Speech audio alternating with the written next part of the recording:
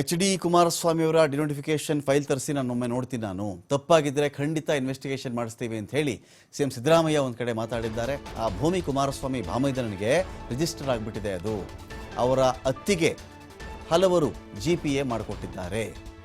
ನೋಡೋಣ, ಆ ಫೈಲನ್ನು ತರಿಸ್ಕೊಳ್ತೀನಿ, ಮೊದಲು ಪರಿಶೀಲನೆ ಮಾಡ್ತೀನಿ ಅಂತ ಹೇಳಿ ಮುಖ್ಯಮಂತ್ರಿಗಳು ಹೇಳಿದ್ದಾರೆ.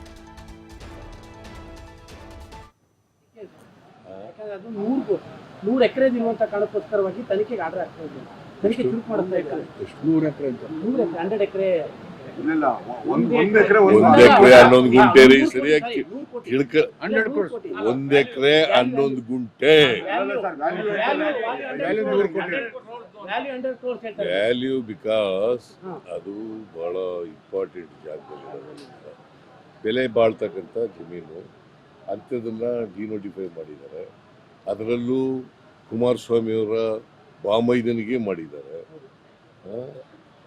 ಆಮೇಲೆ ಅವ್ರ ಅತ್ತೆ GPA ಹೋಲ್ಡರ್ ಆಗಿದ್ದಾಳೆ. ಸೊ ಅಧಿಕಾರಿಗಳು ಇದು ಬರೋದಿಲ್ಲ, ಸ್ವಾಧೀನ ತಗೊಂಡು